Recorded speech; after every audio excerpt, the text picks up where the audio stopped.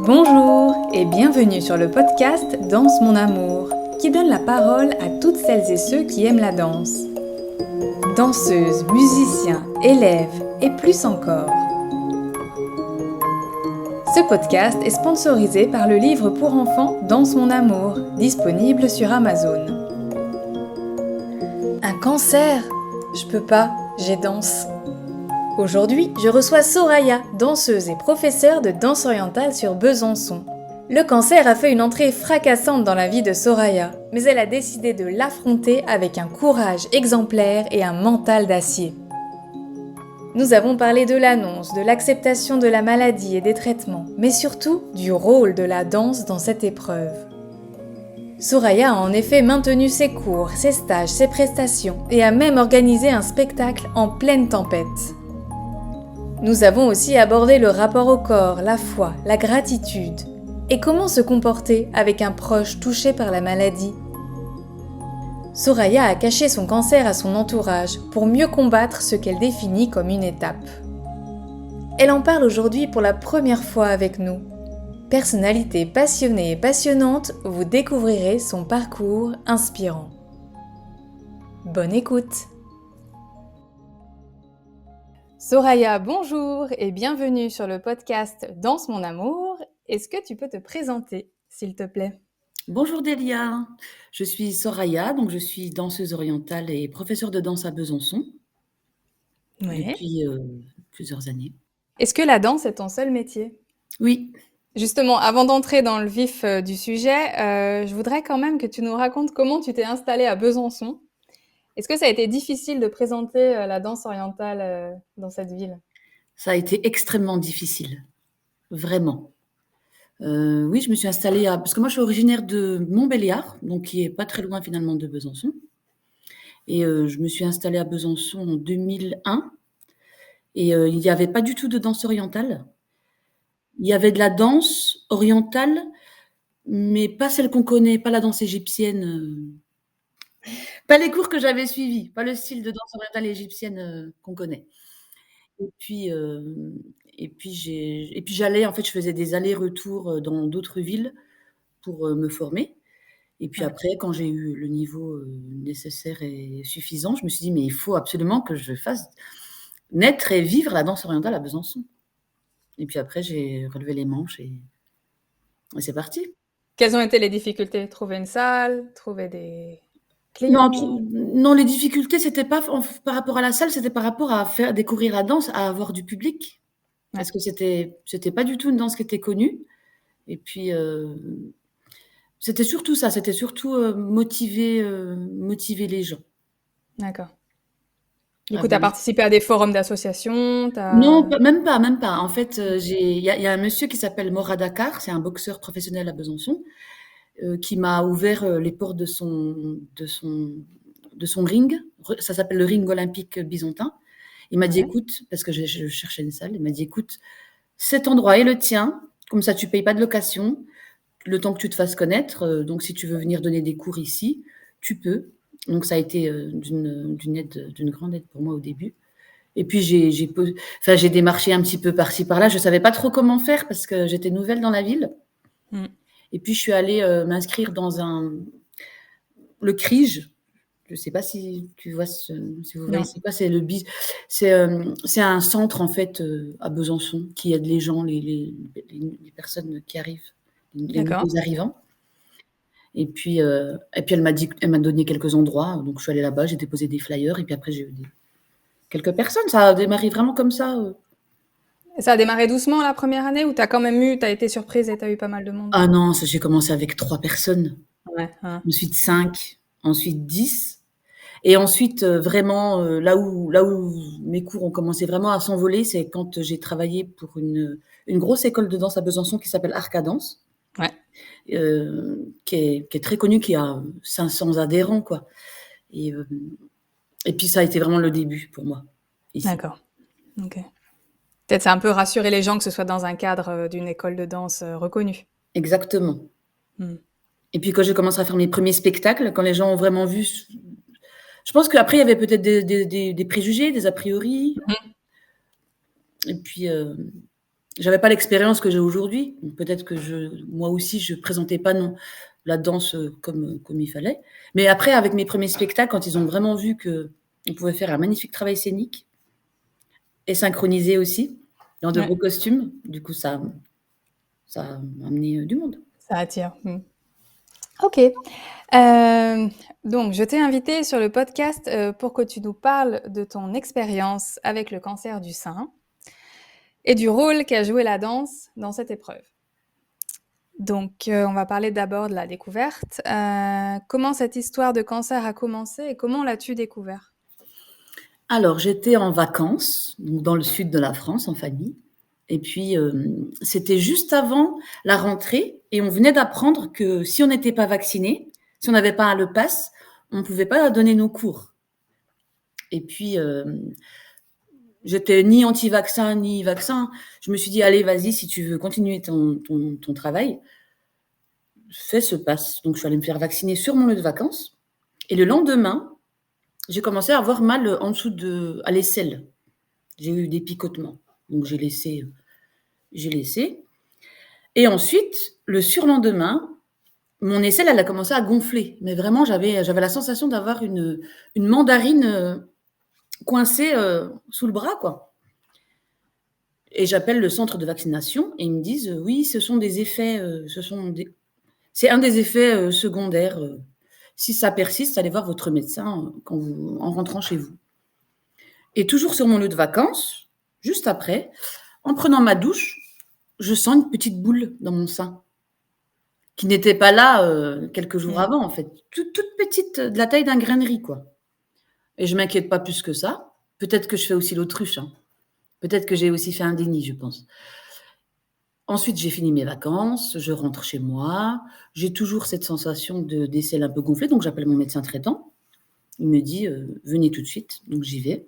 Et là, quand il me retouche le sein, ça avait gonflé. En fait, si tu veux, ça avait changé totalement de forme. C'était plus du tout comme un grain de riz, c'était passé à un petit pois ou un petit OK. petit haricot.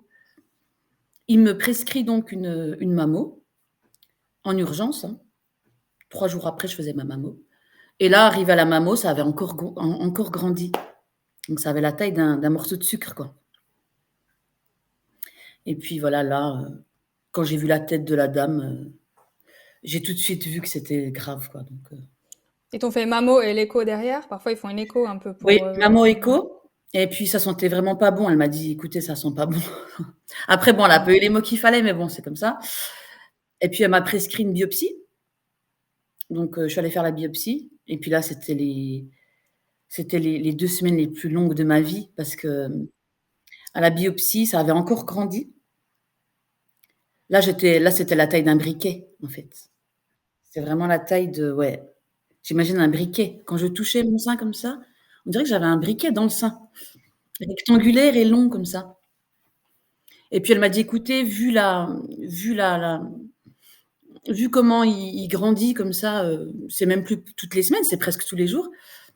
Elle m'a dit: «Il faut vraiment vous attendre à quelque chose de très grave». Donc voilà. D'accord. Et l'annonce, ça s'est fait 2 semaines plus tard?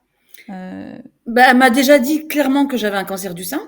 Elle m'a dit: «Ça, d'accord. c'est sûr». Elle m'a dit: «C'est sûr». Elle m'a dit: «Vous avez un cancer du sein, on voit clairement que vous avez un cancer du sein». Elle me dit: «Là, il faut juste, qu'on sache, le stade et puis son ses spécificités, le nom du» parce que chaque cancer a un nom, en fait. Moi, c'était le carcinome, infiltrant, stade 4, donc très avancé, quoi. D'accord. OK. Donc ça, c'est après la biopsie, tu as un rendez-vous et c'est au centre de biopsie qui t'ont fait l'annonce? Voilà, en fait, après ma biopsie, on m'appelle pour venir, donc pour avoir les résultats. Donc j'y suis allée avec une de mes danseuses, parce que faut savoir que je ne l'ai dit à personne. Mmh. Je l'avais dit à 2 personnes, en fait. Et puis là, elle m'a annoncé, elle m'a dit: «Écoutez, c'est bien ce que j'avais imaginé». Elle m'a dit: C'est très grave». Et là, en fait, comment elle me l'a annoncé, je me suis dit: «Il te reste 6 mois à vivre, quoi». Il te D'accord. reste 6 Mmh. mois à vivre, quoi. Et voilà, elle m'a dit que c'était très grave, d'ailleurs, elle m'a conseillé d'arrêter de danser. Donc c'est pour D'accord. ça aussi que c'est hallucinant. Parfois, on sous-estime la capacité des gens à faire avec, hein. Bien sûr. Et puis voilà, oui, donc j'ai vraiment appris le nom et le grade de mon cancer après la biopsie. D'accord. Elle te l'a annoncé d'une manière, Elle me ça l'annonce, va? non, elle me l'a très mal annoncé. D'ailleurs, quand je suis allée, en fait, elle ne savait pas qu'il grandissait aussi vite. Elle pensait que j'avais laissé. Et en fait, elle m'a limite grondée, quoi. Elle m'a dit: «Mais vous attendez quand? Vous comptiez venir quand? Vous comptiez venir quand?» Et je lui ai dit: «Écoutez, mais je viens de le savoir, en fait». Puis quand elle a vu la date à laquelle j'ai consulté, c'était très proche. Donc, je trouve qu'elle n'a pas été, puis c'était la même, hein, pour la biopsie, elle n'a pas été Ouais, très, très professionnelle, pour le coup. d'accord. Mais bon, après ça, c'est comme ça, hein. Et là, le sentiment intérieur quand l'annonce tombe, j'imagine le monde s'écroule? Ouais, en fait, moi, c'était mes enfants. Le monde, pour moi, il y avait plus rien n'existait. Non, en fait, moi, je voyais mes enfants, quoi. Je voyais mes enfants, je me disais: «Ils sont petits».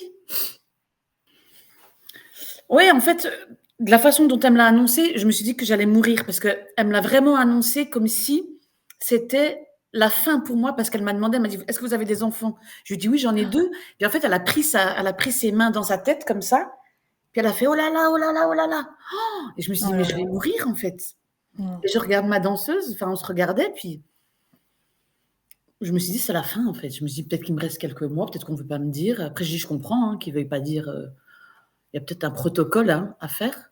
Mais en Mmh. fait, je voyais mes enfants, quoi. Je me suis dit: «Ils sont petits et je suis leur univers, quoi». Elle a pas été très délicate. Non, du tout. Du tout, du tout. Est-ce que tu as pensé à le cacher à tes proches? Tes parents, tes frères et sœurs, Oui, en fait, tes ça amis? il y a eu une étape avant parce que là, quand j'ai appris ça, j'étais vraiment sous le choc et il m'a fallu, 2 jours, en fait. Il m'a vraiment fallu 2 jours où j'ai pour Bien sûr. accepter et puis pour me dire que, ben, en fait, la vie, elle change. Ta vie, elle bascule. Tu passes de C'est comme si tu passais du soleil à une espèce d'orage. Tu perds tes repères, tout se mélange dans ta tête. Il y a des projets que tu avais qui n'existent finalement plus à ce moment-là. Tu vois, tu remets toute ta vie en question. Tu remets toute ta vie en question. Et ensuite, il m'a fallu 2 jours. Et après, je me suis dit non. Ah non, non, non, non, non. Il sait pas où est-ce qu'il a atterri, le coco. Accroche-toi bien parce que t'es pas prêt de me bouffer, quoi, hein. Mmh. Et puis c'est à ce moment-là que j'ai décidé de le cacher. D'accord. Tu l'as caché Je l'ai à caché à qui? tout le monde. Je l'ai dit qu'à Bindia, qui est Ouais, ma meilleure amie, et puis ouais, Éléonore, qui est une de mes danseuses. ouais. Donc pendant 6 mois, je l'ai pas dit. Je l'ai dit à personne. D'accord, Personne n'a remarqué. Personne n'a remarqué, en fait. d'accord. Ma famille, je voulais pas leur dire parce je voulais pas être envahie, en fait. Et je voulais pas porter la peine des autres parce que moi, je me connais, je sais que je suis forte. Je sais que je savais que j'allais y aller, mais autour de moi, je sais que les gens, c'est plutôt bienveillant, hein, mais j'allais être envahie, voilà, on m'appelle, on pleure et puis à chaque fois qu'on doit l'annoncer, encore ça pleure, ça pleure. Mmh. Je voulais pas avoir, débordé aussi avec la tristesse des autres. Je voulais vraiment rester focus sur l'objectif de le liquider. D'accord. Et tu t'es un peu isolée ces 6 mois où tu as quand même vu les gens et tu as fait tu Ah, as ma vie joué n'a pas un changé d'un poil, hein. ouais. Ma vie n'a Tu as pas vu ta changé. famille, tu as vu les gens.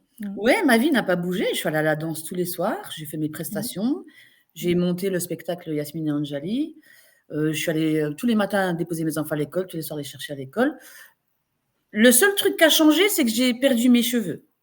C'est la seule chose qui a changé, sinon ma vie est restée exactement la même. Et ça, avec l'entourage avec qui tu l'as caché, comment ça se gère, les cheveux?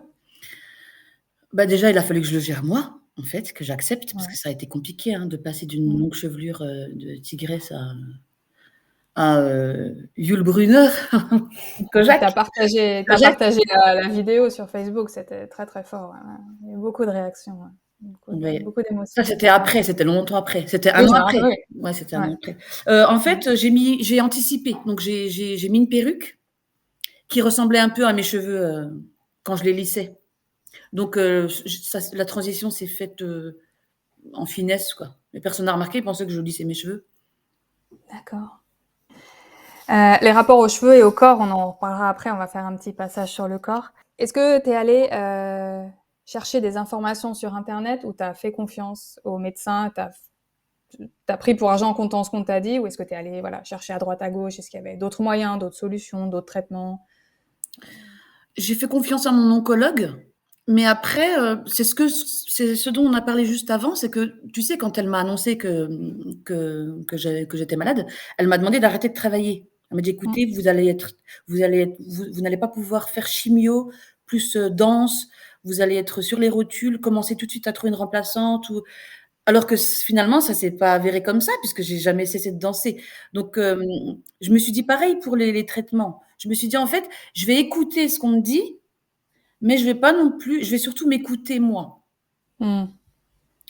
Après, au stade où j'en étais dans mon cancer, je pouvais pas passer par des choses naturelles. J'ai fallait attaquer avec du lourd, hein. Stade 4, c'était je savais que j'allais passer par la chimio, quoi. D'accord. C'est marrant qu'elle t'ait dit de pas danser, que tu allais être trop fatiguée. Je pense qu'elle parlait du traitement parce que j'ai vu que c'était extrêmement, du coup, j'ai fait des recherches, c'était extrêmement bénéfique le sport en fait, surtout dans le Oui, cas tout à du fait, cancer du sein. tout à Et fait. j'ai vu même que la pratique sportive est autorisée, et même recommandée, et elle ajoute 30 de chance à la guérison. Ouais, Donc je tu fais de dirais la même 60, marche, hein, 60. ouais, de la marche, de la danse, le mouvement, doux, hein, est quand même recommandé, j'ai vu, ouais, Bien sûr et puis surtout dans la tête, en fait.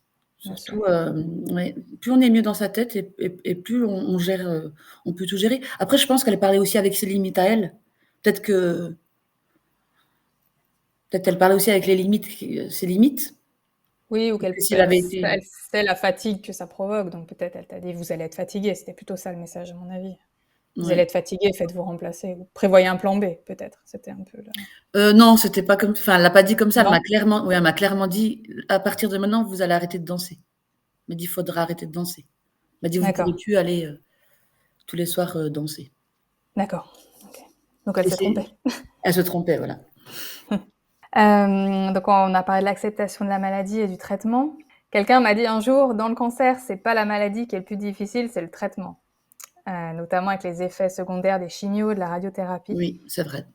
Tu veux nous en parler un peu, des effets secondaires? En Bien quoi sûr, c'est fatigant? Ouais. bien sûr. Alors les effets secondaires, moi j'ai eu 2 chimios différentes. J'en ai eu une première qui était plutôt cool Mmh. et j'en ai eu une deuxième où j'ai la sensation d'avoir traversé, l'enfer, en fait, si l'enfer existe.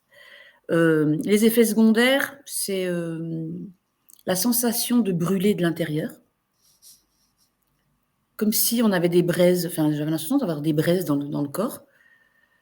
Malheureusement, on a les ongles qui se décollent parce que Mmh. les ongles, comme les cheveux, parce qu'on perd ses cheveux, on perd aussi ses sourcils, on perd Mmh. aussi les poils du nez, ça on ne le sait peut-être pas forcément. Donc en fait, tous les poils, du nez tombent, du coup on se retrouve à une simple inspiration, comme il y a plus rien qui protège, ben, on a la sensation de respirer dans la montagne, tu sais? La moindre petite, inspiration, tu as le nez qui brûle. On perd aussi les cils, donc on a les yeux qui sont, à vif et on a les ongles qui se décollent, des mains et des pieds et puis on a aussi des problèmes, dans la gorge, et puis en fait, on a toujours cette sensation d'être, comme si on se réveillait d'une anesthésie, générale. Tu vois cet effet où tu Mmh. es shooté? Et bah, ça, c'est permanent, en fait. Comment tenir le coup physiquement et moralement durant un tel parcours? Moi, je vais surtout parler moralement parce que physiquement, on peut pas. Enfin, Mais quand tu tu as allais tout danser ça, quand même. tu peux pas nier. Mais Comment? tu travaillais quand même, tu dansais? Oui, oui, je travaillais, mais je veux dire, tout passe par la tête, en fait, plus que par D'accord. le corps. Hem, Moi, je me persuadais de un peu comme la méthode Coué, tu sais? Je me disais: «Tu vas y arriver, tu vas le faire». Parce que finalement, c'est facile quand tu es dans ton lit. Tu es comme ça, tu ressembles à enfin, je vais le dire, hein, mais tu ressembles à rien. En fait, tu ressembles à plus Mmh. rien. Tu Mmh. perds ton identité. Moi, je me regardais dans le miroir, je me demandais qui c'était. Qui était cette personne? Tu sais, tu es là, tu as des longs cheveux, tu es plutôt jolie. Là, tu as plus de cheveux, tu as plus de cils, tu as plus de sourcils. En fait, on dirait que tu as une tête, on dirait un peu un tétard, tu vois? Ouais. Tu ressembles un peu à une grenouille, tu sais? Ça, plus la fatigue, qui n'a pas envie de rester au fond de son lit, en fait? Qui n'a pas envie de rester? Tu as pas envie de te lever? Mais moi, je savais que j'avais 2 petits bouts de chou qui m'attendaient sur mon canapé, qui attendaient leur petit déjeuner. Donc Mmh. ma grande motivation, c'était mes enfants et puis de me dire: «Non, c'est une étape. C'est je sais que je vais galérer là quelques mois, mais après la pluie, le beau temps et je vais y aller» Mmh. et voilà. Mmh. Tes élèves donc ont rien vu, rien su, elles t'ont rien dit? Non, non, non. Mmh. Il y en a une après qui m'a dit: «J'ai eu quelques doutes», mais vu comme je me donnais à fond, Ouais. je pense parce que oui, c'est vrai que quand on pense au cancer, on imagine quelqu'un chez elle, tu sais, avec un petit bonnet sur la tête, sous sa couverture, fatigué. Mais maintenant, ça ressemble plus à ça, le visage, de la maladie maintenant. Je pense qu'avec aussi, les méthodes, qui sont de mieux en mieux, hein. Ouais. Maintenant, les gens viennent entre midi et deux au boulot faire leur chimio, hein. Finalement, on peut vivre avec, donc personne n'a remarqué, je pense. D'accord. Est-ce que toi, au niveau, on va parler danse vraiment, est-ce qu'au niveau des choix musicaux ou des choix décorés, tu as fait des choses un peu plus douces? Un peu plus qui demandent peut-être moins d'énergie? Pas f non, non, pas forcément mon énergie, mais comme je me suis tournée vers moi-même, je faisais des musiques que je faisais pas forcément habituellement. Ah oui? Ah ouais? Je suis retournée dans des anciennes musiques qui me Raguet Balama, tu sais, des vieux titres d'avant qui me bouleversent un peu, Abdel Halim, comme d'hab. Ouais, j'avais envie de retourner un peu à l'essentiel, quoi. D'accord. Mais tu as pas baissé au niveau de l'énergie? Ah non, du tout, au Tu t'es contraire. pas dit: «Je vais faire Mochahat au lieu d'un Saïdi» ou Non, non, non, au contraire, j'ai fait des saïdis, j'ai fait des sha'bis, ouais, j'ai fait d'accord. des percus. Non, non, non, non, non, pas changé à ce niveau-là. J'ai une petite question. Comment aider un peu ceux qui ont un cas de cancer dans leur entourage? Alors bon, tu l'as plus ou moins caché à ton entourage, mais même s'il y a pas de règle universelle à ce sujet, comment tu conseillerais quelqu'un comment il devrait se comporter avec quelqu'un qui a le cancer? Alors, en fait, oui, c'est une bonne question et en fait, ça dépend surtout de comment on est habituellement. Tu sais, il y a des personnes qui sont plutôt, hem, je vais pas dire qui aiment se faire plaindre parce que on n'aime pas se faire plaindre. Mais faut voir déjà comment est la personne, à la base. Moi, j'aime pas trop, être dans une position un peu de victime, tu vois? Ouais. Enfin, Mmh. je sais pas si c'est le bon choix parce qu'on n'est pas victime quand on a un cancer. Mais je n'aime pas me faire plaindre, je n'aime pas lire la maladie dans le regard des gens. Je n'aime Mmh. parce que finalement, une personne de mon entourage a eu un cancer avant moi et j'ai vu qu'elle est en fait, elle perd son identité. Ce n'est plus elle porte plus son nom. Ça devient, la malade du cancer. Donc on lui parle Mmh. que de ça toute la journée, on lui demande à chaque fois: «Alors tu en es où?» Tout ce que je n'aime pas. C'est pour ça aussi que je l'ai D'accord. caché. Donc finalement, il y a pas de je pense pas qu'il y ait une façon d'en parler avec, la personne. Si la personne en parle, ben, l'écouter. Après, je pense que Mmh. si la personne n'en parle pas, ben, respecter ça. Ouais, d'accord. C'est pas évident, en fait. Non, mais c'est évident pour personne, hein, c'est sûr, puis ça dépend des gens. C'est un bon conseil de voir d'abord la personne comment elle est à la base, si c'est Voilà, quelqu'un qui aime se «répandre» entre guillemets ou voilà, pas. Mmh. exactement. Ouais, c'est Là, un tu peux très y bon aller conseil. après. Ouais, ouais. Donc on va parler du rapport au corps, on en parle souvent dans le podcast. Oui. Est-ce que tu as spécialement pensé à ton apparence à venir, en rapport avec la danse? Est-ce que c'est une angoisse de plus, par rapport à toutes les angoisses et toutes les problématiques du cancer? Est-ce que cette apparence physique en lien avec la danse, ça a été un souci supplémentaire pour toi? Sachant que tu fais des prestations et que tu vis, de la danse. Oui, oui, bien sûr. En fait, ça a été mes cheveux. Autant mon Ouais, sein parce qu'au départ, quand on m'a annoncé mon cancer, ils ont fait un protocole, en fait et puis ils m'ont annoncé dès le début qu'ils allaient certainement me retirer le sein. Bon, ce qui n'a pas ouais, été le cas puisque je l'ai conservé. Preuve que d'accord. ça a très bien fonctionné pour moi Donc en fait, c'est même pas mon sein qui m'a dérangée. J'étais prête à me faire retirer le sein. C'est vraiment mes cheveux. Je sais pas Ouais. pourquoi, mais ils me définissaient un peu. Je sais pas, Mmh. c'était mes cheveux. Et puis je danse beaucoup. Je les utilise beaucoup dans ma danse. Je les touche beaucoup. Et je me suis sentie un petit peu amputée. Après, au niveau de mon corps, je me suis jamais sentie aussi féminine que pendant mon cancer. Aussi, je saurais pas comment expliquer, pulpeuse, aussi belle, aussi bien dans ma peau que pendant mon cancer. C'est fou, hein? D'accord. Tu as eu une variation de poids ou pas du tout? Heu, non, non, non, pas trop. C'est maintenant un petit peu que où je prends du poids avec l'hormonothérapie, mais Ouais. non. Pendant non. J'ai eu de la chance de pas avoir, l'effet secondaire du dégoût de la nourriture. D'accord, donc tu as plus ou moins mangé, on va dire, Ah ouais, j'avais l'appétit, oui, oui. ouais. Tu as pas gonflé, ouais, parce que parfois il y a des gens qui gonflent un peu, ouais. Non, non, non, non. D'accord. Donc tu saurais pas dire ce qui te faisait sentir un peu, féminine et tu Non, saurais pas le décrire? je saurais pas dire, mais je me sentais je pense qu'en fait, le fait d'avoir eu donc ce problème, je me ça m'a je me suis priorisée tout de suite. J'ai tout de suite regardé mes priorités parce qu'après, la vie elle-même fait le tri autour de toi. Tu as plus le temps. En fait, j'ai plus le temps maintenant pour des trucs, des broutilles, des pertes d'énergie sur des choses insignifiantes. On se recentre tout de suite. Et en fait, le fait de m'être comme ça, recentrée sur moi, ben, je me suis redécouverte dans la danse. Mmh. Je me suis,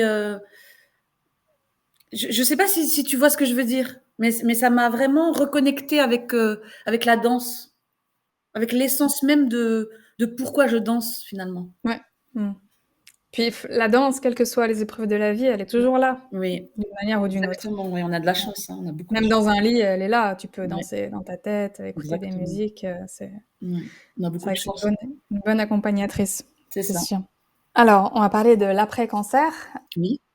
Tu m'as dit, tu m'as dit que lorsque ta voisine infirmière t'avait proposé d'intégrer une association qui aide à reprendre une vie normale, entre guillemets, tu lui as répondu, je n'ai pas changé de vie pendant mon cancer, j'ai eu une vie normale. Du coup, pour toi, l'après-cancer, ça ressemble à quoi?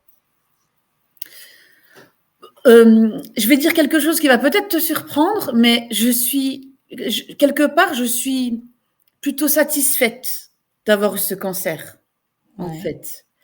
C'est une épreuve, finalement je suis contente d'avoir vécu ça. Au début, j'ai vraiment pris ça comme, heu, un truc qui te tombe sur la tête, Mmh. mais je le vois avec l'après-cancer, c'est comme si on passait un peu dans une machine à laver, tu sais, à l'essoreuse et tu en ressors,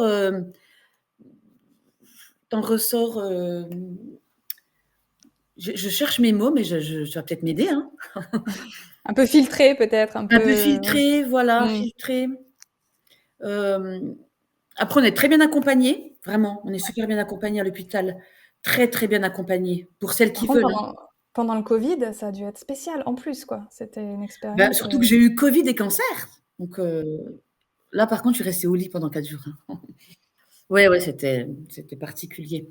Mais on est très bien suivis, si tu veux, à l'hôpital. Du coup, pour ton après-cancer, il est tu peux même le programmer, tu sais, tu peux même aller voir des tu peux aller dans des réunions, il y a des femmes qui commencent justement après le cancer, leur activité sportive, moi je l'ai très bien vécu parce que ma vie n'a pas changé.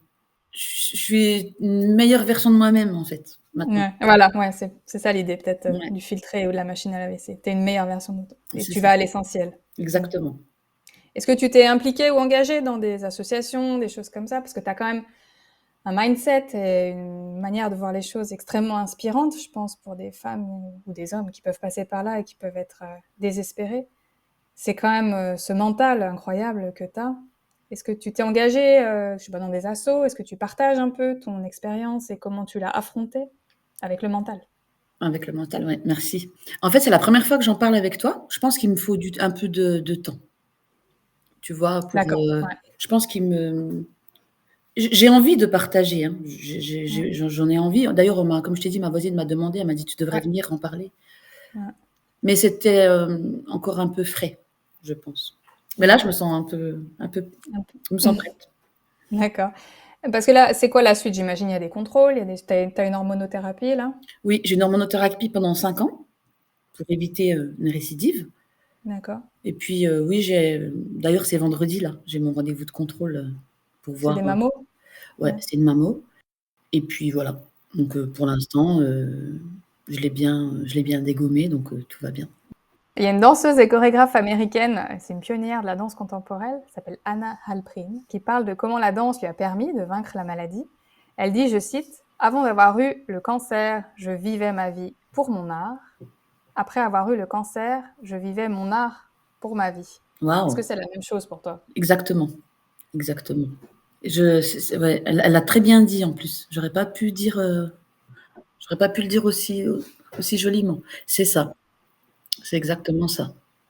C'est-à-dire, les deux sont quand même imbriqués, mais il y a quelque chose qui s'est passé, quoi. Il y a quelque chose qui s'est passé et puis c'est comme si en fait la danse, c'était un peu comme un gros bouclier, tu sais, qui vient entre le cancer et toi et qui te protège de tout ça.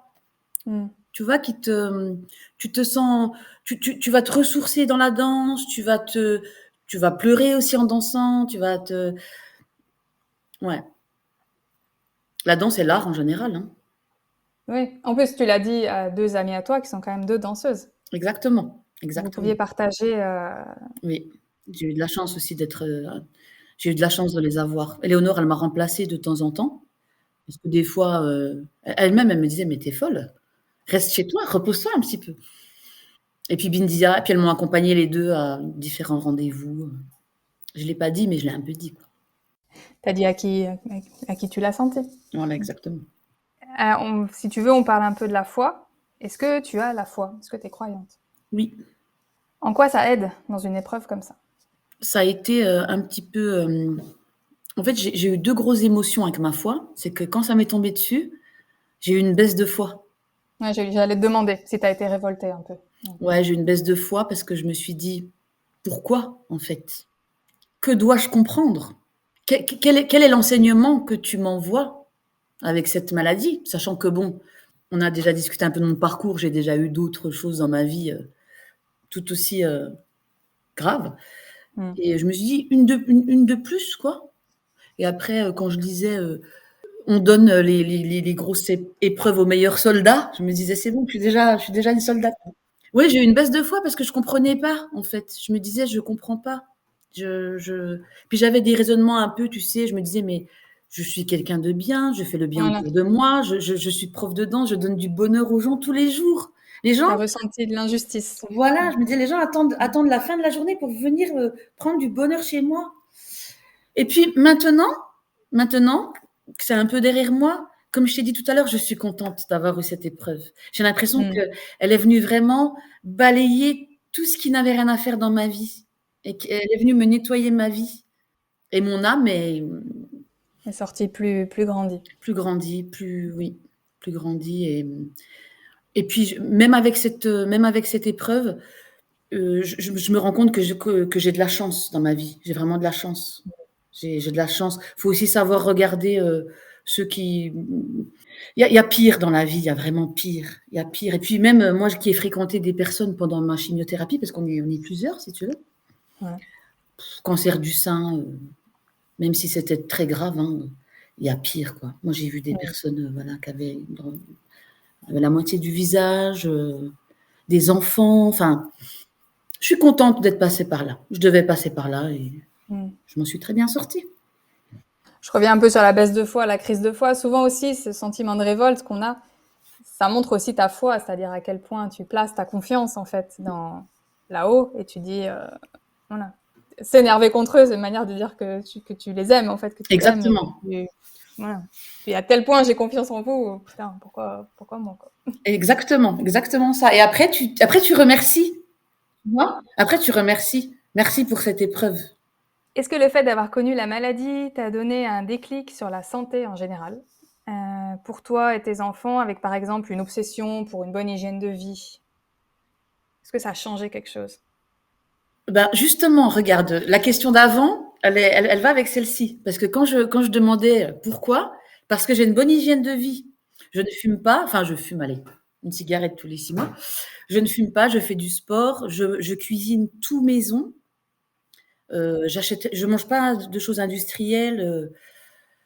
On a vraiment une bonne hygiène de vie et je comprenais pas pourquoi à 40 ans, avec une bonne hygiène de vie comme ça, je tombais malade.